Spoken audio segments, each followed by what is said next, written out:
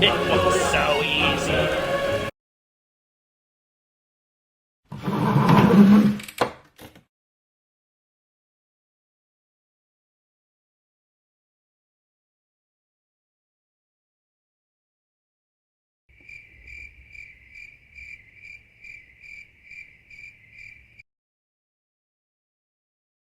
No. You piece of you feng shui. Welcome to broadcast number 3. What you just witnessed was a dramatized misunderstanding of the arrangement art known as feng shui. So, what is it exactly?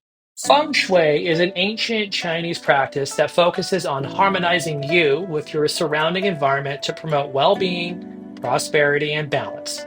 It's also based on the idea that the flow of energy, or qi, in a given space can influence your health, relationships, and success. The principles of feng shui involve arranging objects, furniture, and spaces in a way that promote a balanced and positive flow of energy. In the more practical sense, feng shui is about turning your immediate environment into something that helps you rather than hinders you. A real world example is the difference between a cluttered and decluttered room. A cluttered room is a space Oh filled with an God. excessive number of items, often disorganized and scattered in a way that makes the room feel cramped or overwhelming. This can create a sense of chaos, which, interestingly enough, has been proven to affect your ability to focus and can even impact your mental health. On the other hand, a decluttered, well organized room does the complete opposite. Everything in the room has a designated place, and the overall layout gives a sense of calm and efficiency. The room feels open with clear pathways and minimal distractions. This, therefore, creates a comfortable and even inspirational space. With feng shui, it goes deeper and broader. So let's start with the basics. Feng Shui, which is Chinese for wind, water, is an ancient technique developed over 3,000 years ago. It's rooted in the idea that our surroundings can affect our stamina, emotions, and even luck. In essence, Feng Shui is about creating balance and harmony between the elements of our environment and the natural world. Now, this is supposed to allow us to live more fully, feel happier, and reach our goals with greater ease. As with most studies, there are a number of schools when it comes to feng shui, each, of course, with its own approach and philosophy. Here are the more generally well known ones. The classical or traditional school is arguably the oldest form of feng shui. It's based on the management of what these particular practitioners believe to be the energy flow of the natural environment. This approach adheres to a kind of geometric direction that is discovered through the use of a luo pan, which is a compass specific to the practice. The Black Hat sect is another popular form of feng shui. It was developed in the West, focuses on maps or bagua as it's called, and uses symbolic methods to adjust a space. Instead of relying on compass directions, it orientates the bagua based on the main entrance to a room or home. New Age Feng Shui, also known as Pyramid Feng Shui, is a modern interpretation of Feng Shui principles blending Eastern and Western studies. It integrates classical Feng Shui's focus on energy flow qi and Black Hat's spatial harmony with New Age practices, emphasizing things like personal growth, positive thinking, and often incorporates Western metaphysical concepts. While there are a number of other schools, such as the Flying Star, Eight Mansions, and Four Pillars of Destiny, the classical or traditional approach, the Black Hat sect, and the New Age pyramid interpretation are the most widely used in the United States. Regardless, at its core, feng shui operates under the presumption of qi, the life energy that flows through all things, and how to align properly with it. That energy is supposed to be affected by the arrangement of objects, colors, and even materials. Altering and balancing your environment according to the flow of qi is supposed to help you feel energized, focused, and inspired. There's just one thing. A lot, if not most, of the popularized feng shui practices are rooted in belief rather than measurable results. So, in other Oh. words, that kind of feng shui lacks empirical evidence by conventional scientific standards. The comedian Magic Act Penn and Teller had a show called Bullshit that aired from 2003 to 2010. It aimed to debunk and critically analyze widely held beliefs and practices they considered to be pseudoscience or irrational. In the Feng Shui bottled water episode, they set up controlled experiments putting Feng Shui experts to the test. During that segment, they invited multiple Feng Shui practitioners to evaluate the same space in a home, only to find that each expert offered conflicting advice about the same room. Simply speaking, these Feng Shui experts contradicted one another.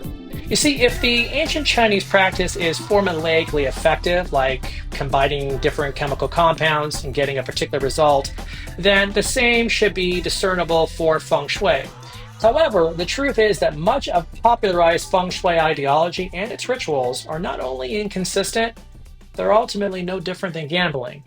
In other words, it's bullshit. Yay! Like the show's title! But seriously, I'm not saying Feng Shui can't or doesn't work, just not like that. Belief is a very powerful, often misunderstood element to this crazy thing we call life. Previously, in broadcast number 2, Environmental Psychology, we went over the mindful side of your environment and how it can affect you. You can check it out in the description below. But to recap, environmental psychology has been around for 50 plus years. The study evolved over the decades with a growing comprehension of how we relate and are affected by our surroundings. The findings do prove that there is a direct correlation to the quality of our environment and how we behave. These studies have and continue to significantly influence modern architecture and planning. In practice, the average person seems to naturally know the difference between a healthy setting and one that is not. A well arranged, clean room is visually pleasing, inoffensive to the senses, easy to move about, and brings a sense of relaxation. Now, working in an organized, spacious, and well lit office has been proven to show that most employees are more productive and happier. There are a variety of studies that prove this, something that we also detailed in the previous video. By contrast, of course, the opposite can be said about a room that is out of order, dank, and disheveled. Stress tends to increase notably, and productivity, including happiness and work satisfaction, drop drastically. Generally, a more natural, bright, and open environment does far more good than a dreary, controlled, and constrained one. All of this is fairly obvious. Environmental psychology is that formulaic, science based approach. Feng Shui, on the other hand, while arguably less explanatory, is more of an excellent way in which to interact with your things. Now, you can argue that it's foundational in many ways. The truth is, Feng Shui, when used properly, can be a powerful tool to better your environment. Through the lens of environmental psychology, Feng Shui can become a practical method for designing environments that support mental and physical well being. The art provides guidance in what to place, where, and how. It's also much easier than it appears. Here are the basic ways you can use Feng Shui to improve your life and do it fast. You've heard me mention this multiple times, but the first and easiest thing you can do is declutter. There are a variety of ways, of course, to accomplish this. Personally, I would advise you first to go through any item or object that catches your eye and ask yourself if you've used it over the last year. If the answer is no, get rid of it. Now, you don't have to, of course, do it this way. You can use any metric or measurement you prefer. For example, if you haven't seen the thing you're looking at in 6 months or 3 months or whatever is best for you, toss it and give it away. Or if you know you've only used this once over several years, out it goes. Whatever works for you, it doesn't really matter. A foundational part of Feng Shui and, quite frankly, environmental psychology is treating every room like that of a king or a queen.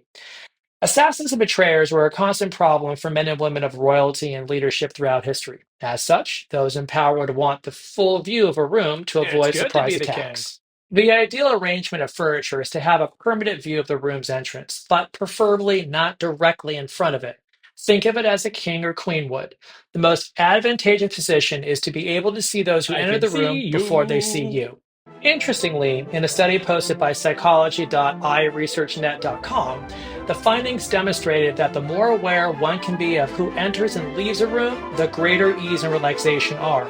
Arranging furniture like that of a king or queen helps to create that comfort. In contrast, when your back or view does not include the room's entrance, cortisol levels have been shown to increase, and while not necessarily as extreme in this image, uneasiness definitely rises. The final suggestion for this video is to increase your lighting, preferably natural light. Proper lighting enhances the atmosphere and brings a sense of brightness and positivity, which in turn supports mental clarity and emotional well-being. Additionally, Feng Shui encourages adjustments to lighting as the day progresses, allowing for the natural ebb and flow of sunlight to guide activities and moods. That means opening windows during the day, pulling down shades at night. While there's obviously more to Feng Shui, just applying these very simple practices outlined in this video will give you some outstanding We're changing results our and rather lives. quickly. As always, if you enjoyed this video, please tap that subscribe button. And if you did, thank you for watching nonetheless. Please also be sure to check out the channel's website at midlifeassets.com for more information. Until the next time, thank you again for watching and cheers.